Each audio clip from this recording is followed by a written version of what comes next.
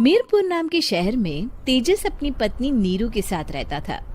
पति पत्नी दोनों ही नौकरी करते थे। एक दिन तेजस गांव अपनी माँ के पास फोन करता है। हेलो, प्रणाम माँ।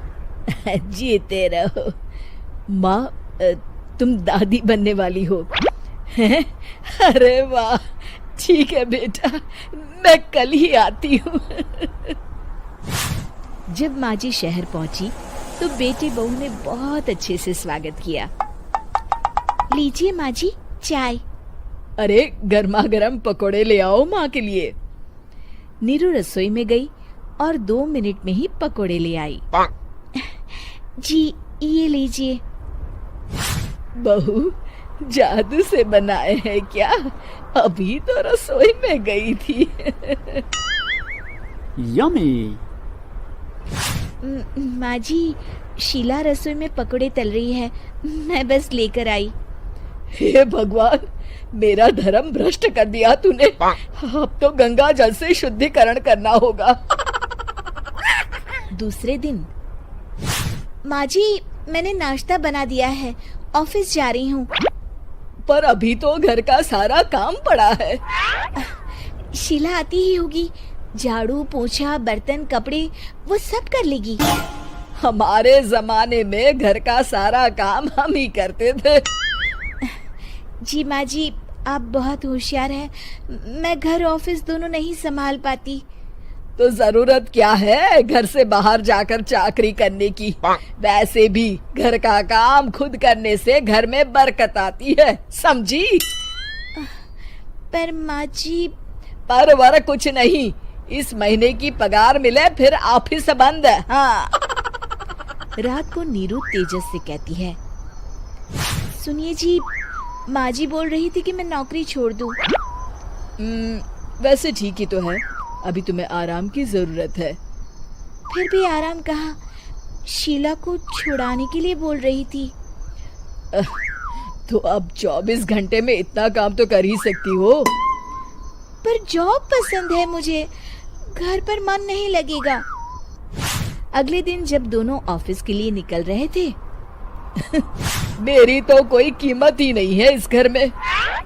माँ जी, आजकल महंगाई बहुत है, रहन सहन भी बदल गया है, दोनों नौकरी करते हैं तभी ठीक रहता है। अच्छा, तू कहना क्या चाहती है?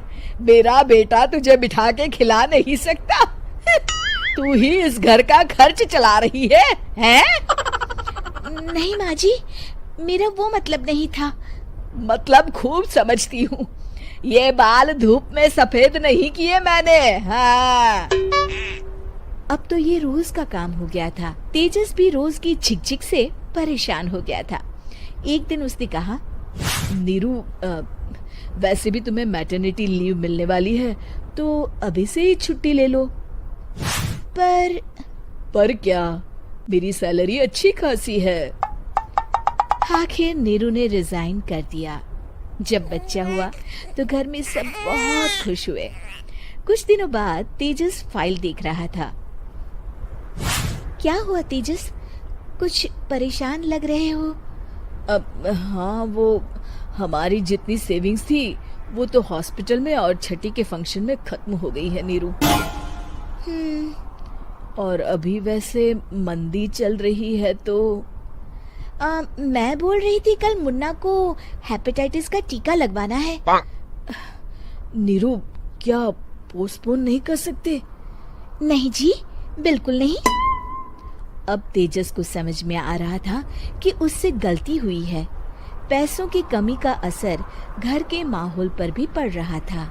अगले दिन, बेटा मेरा चश्मा और ये दवाइयाँ ले आना, पर्चा देते हुए माँ जी ने कहा। जी।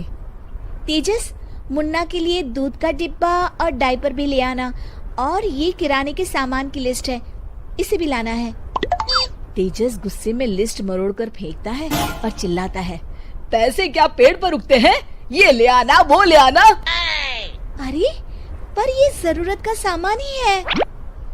वो गुस्से में बिना कुछ कहे ऑफिस चला गया। अरे लंच तो ले जाइए।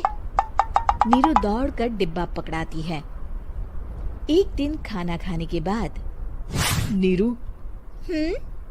अब तो मुन्ना कुछ बड़ा हो गया, तो अब तुम वापस ज्वाइन कर लो ना जॉब। पर इस रिसेशन में जॉब मिलना बहुत मुश्किल है। ट्राई तो करो। फिर मुन्ना? माँ जी है ना, और एक फुल टाइम मेड भी लगा लेंगे। पर माँ जी, उन्हें तो पसंद नहीं। तभी माँ जी वहां आ जाती है और प्यार से नीरू के सर पर हाथ फेरते हुए बोलती है, अब मेरी समझ में आ गया बहू, पहले के और अब के समय में अंतर है। तुम काम शुरू करो, मुन्ना की जिम्मेदारी मेरी। मेरी प्यारी माँ जी। ये कहकर नीरू उनके गले लग गई। शिक्षा, परिवर्तन संसार का नियम है, हमें भी समय के साथ चलना चाहिए। उम्मीद है कि आपको हमारी ये कहानी पसंद आई होगी। कृपया हमारे चैनल को सब्सक्राइब करें और सभी अपडेट्स के लिए बेल आइकन जरूर क्लिक करें। और हाँ, वीडियो लाइक और शेयर करना मत भूलिएगा। Bye bye.